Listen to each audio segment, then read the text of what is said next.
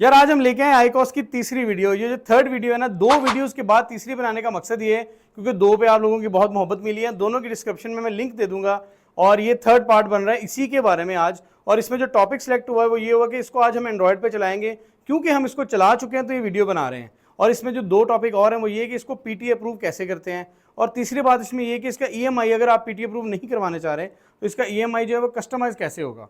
तो ये तीनों चीज़ें हम इसमें कवर करेंगे। और आप देख रहे हैं मेरा चैनल जैन्स व्लॉगकास्ट, इसको सब्सक्राइब कीजिएगा। यार अब चलते हैं, इसको हम इस डिवाइस को सबसे पहले जो है ना एंड्रॉयड पे कनेक्ट करने की कोशिश करते हैं, और जो हमने कोशिश की है वो किस हद तक कामयाब हुई है उस चीज़ को भी बताएंगे। ये हमारे पास एक फ़ोन है फ़िलहाल, एक वीवो का, जो कम अज़ कम में भी आता है। तो इसका वही डिवाइस है, कोई हमने चेंज नहीं की, कोई मॉडल नहीं बदला, वही K7 डिवाइस है आईकॉस की। सिम हमने इसमें ऑलरेडी डाल दी है ताकि हमारी वीडियो को जो है ज़्यादा लंबी ना बने। तो बाकी टाइप सी की चार्जिंग यहाँ से फुल हो जाती है, बटन है सिम 1 और सिम 2। उसके अलावा आपने सबसे पहले जो है ना इसमें एक प्ले स्टोर का सॉफ्टवेयर है, उसमें जाना है। उसके अंदर आपने सबसे पहले एक सर्च करना है एक सिम प्लस का सॉफ्टवेयर। काफ़ी कोशिश करने के बाद हमें ये एक सॉफ्टवेयर मिला है सिम प्लस।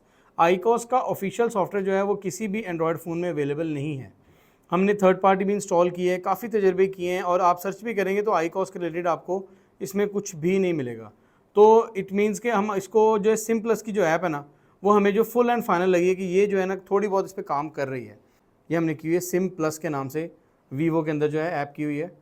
इसको क्लिक किया हमने तो इस तरह इसका जो है यूज़र इंटरफेस खुलता है, सेम उसी की तरह जैसे हमारे पास जो है वो आईफोन के अंदर खुलता है। कॉन्टैक्ट्स आपके इसी तरह शो हो जाएंगे, कीबोर्ड में कीबोर्ड शो हो जाएगा। लेकिन काफ़ी ज़्यादा जो फीचर्स इसमें कम है एप्पल की निस्बत, यानी कि सबसे पहले इसमें कॉल रिकॉर्डिंग शो नहीं हुई। अबाउट में भी जाएंगे तो ये चीज़ सामने आपके आ रही है कि यहाँ पे भी जो है पूरी डिटेल पूरा अपने तरीके से वो शो नहीं कर रहा। लैंग्वेजेस में आप लैंग्वेज चेक कर सकते हैं, वो मैंने ऑटो की हुई है। और डिस्प्ले में प्राइवेसी में सिर्फ एसएमएस की नोटिफिकेशन अवेलेबल है, ना यहाँ पे जो है वो हमें कॉल वाइब्रेट आ रहा है और ना यहाँ पे हमें कॉल रिकॉर्डर आ रहा है। उसके बाद हम सेटिंग में जाते हैं। हाँ, सेटिंग में रिंगटोन्स हैं, वाइब्रेट है, म्यूट कॉल है और कीबोर्ड है। फिर हम दोबारा जो मेन चीज़ है कनेक्शन, तो सेम टू सेम आप देख रहे हैं एप्पल की तरह ये डिवाइस अब एंड्रॉयड में भी शो हो रही है। हमने इसको क्लिक किया और क्लिक करते ही हमने इसको जो है वो लोड करने का टाइम दे रहे हैं। इसको थोड़ा सा यहाँ पे लोड करेगी डिवाइस हमारे लिए। कनेक्शंस, यहाँ पे आपका सिम मैनेजर शो हो रहा है, यहाँ पे सिम 1 आ रही है और पिन कोड आ रहा है सिम का। फिर इसके बाद हमारे पास APN सेटिंग आ रही है ये वाली, और वो शायद ये देखें ना ये वर्किंग में नहीं है। APN सेटिंग जो है वो इसकी वर्किंग में नहीं है। वाईफाई सेटिंग जो है वो इसमें वर्किंग में है, लेकिन वहाँ पे SSD और पासवर्ड नेम आ रहा है। हालांकि हमने इसका नाम आईकॉस K7 के नाम से पहले रखा हुआ है, तो वो यानी कि एडिट नहीं हो सकता। ऑन ऑफ करके देख लेते हैं शायद ये ऑन ऑफ होती है कि नहीं होती। ऊपर सिग्नल बार आ रही है, 4G लिख रहा है, और यहाँ पे 55% जो है वो बैटरी परसेंटेज इसकी बता रहा है।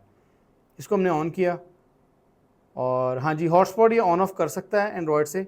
फ़िलहाल अब हम जो मेन चीज़ है वो कॉल की तरफ चलते हैं, और हम अपना दूसरा फ़ोन पकड़ते हैं। दूसरे फ़ोन में हम इसी नंबर पे कॉल मिलाएंगे। ये देखें, हमने इस नंबर पे कॉल मिलाई है। यहाँ से कॉल जाएगी भी, लेकिन यहाँ पे कॉल शो नहीं हो रही है। देखें, बेल जा रही है, लेकिन यहाँ पे अता पता ही नहीं है कि हम एंड्रॉयड पे जो है कॉल यहाँ पे बिल्कुल भी नहीं आ रही, ना कोई मैसेज ना कोई रीसेंट्स, बिल्कुल ही नहीं पता लग रहा। हालांकि इसी मोबाइल में यही सिम चल रही है।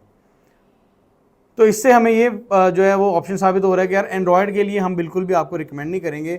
ये जो लोगों ने वीडियोस बनाई हुई है कि जी एंड्रॉयड में चल रही है, टोटली ये फेक वीडियो है। क्योंकि ये जो सॉफ्टवेयर है ये बेसिकली सिम प्लस जो है ये एक सिम मोर डिवाइस का सॉफ्टवेयर है, आईकॉस का सॉफ्टवेयर नहीं है। तो इसलिए हम ये आपको एंड्रॉयड के लिए बिल्कुल भी रिकमेंड नहीं करते यार। तो इसका मतलब ये है कि ये जो डिवाइस है ये एंड्रॉयड पे बिल्कुल भी नहीं चलती, और मैं आपको बिल्कुल दूर दूर तक भी एंड्रॉयड फ़ोन के लिए रिकमेंड नहीं करूँगा। अब चलते हैं अपने अगले जो है टॉपिक की तरफ, वो है EMI कस्टमाइज़ का, उसकी तरफ चलते हैं और आपको बताते हैं। और इस तरह की कोई भी इन्फॉर्मेटिव वीडियो के लिए मेरे चैनल को इसलिए लाइक करें क्योंकि हम इस पर सिर्फ क्वालिटी कंटेंट ही अपलोड करते हैं। अब जो है हम आईफोन जो ले आए हैं, आईफोन में हमने वही ऐप इंस्टॉल की आईकॉस की। अब हम करेंगे EMI कस्टमाइज़। तो कनेक्शन में जाएंगे, सबसे पहले डिवाइस को सर्च करेंगे, वही डिवाइस है जो हमने अभी इस पर कनेक्ट की थी। इस पर देखिए टोटल फीचर्स के साथ ये चल रही है। हॉटस्पॉट हमने इस पर ऑन किया था, अभी भी इस पर चल रहा है। इट मीन्स कि ये काम इस पर हॉटस्पॉट अच्छा करता है।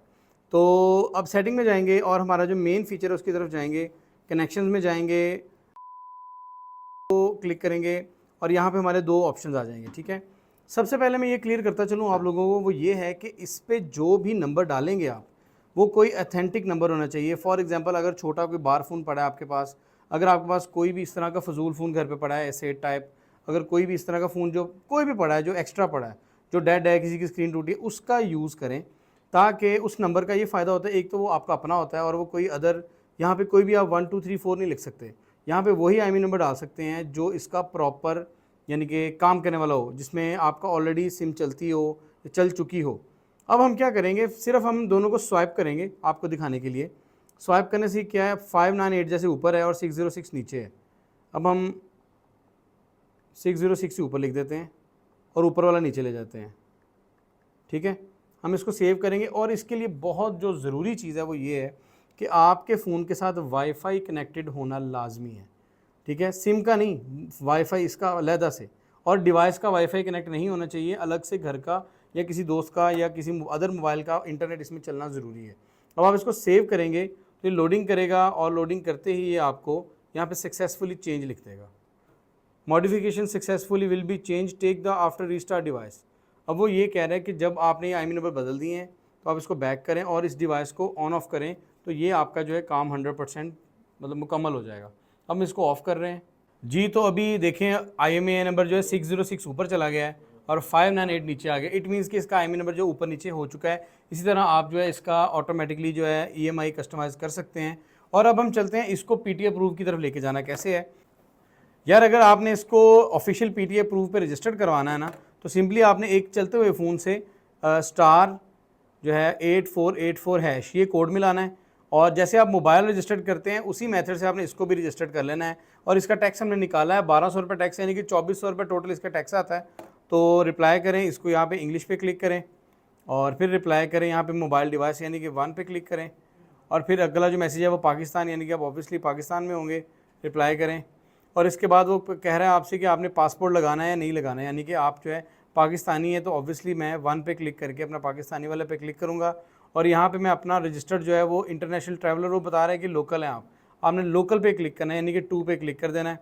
और इसके बाद आपने भी इस पर, या आपका वो मांग रहा है कि इस पर आप इसका जो है वो नंबर डालें और CNIC डालें, और इसी तरह आपका वही मेथड जो मोबाइल वाला है उसी तरीके से ये आप इसको ऑफिशियल PTA अप्रूव भी करवा सकते हैं। यार जिन लोगों को नहीं पता कि ये अटोमा डिवाइस होती क्या है, ये K7 डिवाइस है, इसका मैं पूरी जो वीडियो आप देखेंगे तो समझ लगेगा। फिलहाल उनको बताता चलूँ कि इसमें आपको ये फ़ायदा होता है कि आपके जितने भी आईफोन और जितने भी अदर आईफोन के मॉडल्स हैं या iPads वगैरह हैं, आप उनको विदाउट PTA करवाए इस डिवाइस के थ्रू चला सकते हैं। और ये डिवाइस पाकिस्तान में क्यों आई है, कैसे आई है, उसका शॉर्ट भी ये है कि ये डिवाइस बेसिकली PTA अप्रूव के लिए नहीं बनी। ये डिवाइस बनी है अपने eSIM के फ़ोन्स को फिजिकल सिम में कन्वर्ट करने के लिए, लेकिन हम इसको बाईपास के तौर पे यूज़ करते हैं, पूरे पाकिस्तान में करते हैं, तो इसलिए ये हमारे लिए PTA डिवाइस कहलाती है। काफ़ी लोगों को अभी तक यही नहीं पता था कि यार ये डिवाइस को भी प्रूव करवाना पड़ता है, क्योंकि इसके अंदर भी IMEI नंबर्स होते हैं जी। तो नाज़रीन, आपको कैसी लगी मेरी वीडियो यार? ये अगर आपको इस तरह के टॉपिक्स अच्छे लगते हैं तो हमें कमेंट्स कीजिएगा, लाइक कीजिएगा, शेयर कीजिएगा, सब्सक्राइब कीजिएगा। और मैं हूँ आपका दोस्त, साइनिंग आउट, ज़ैन जावेद। अल्लाह हाफ़िज़।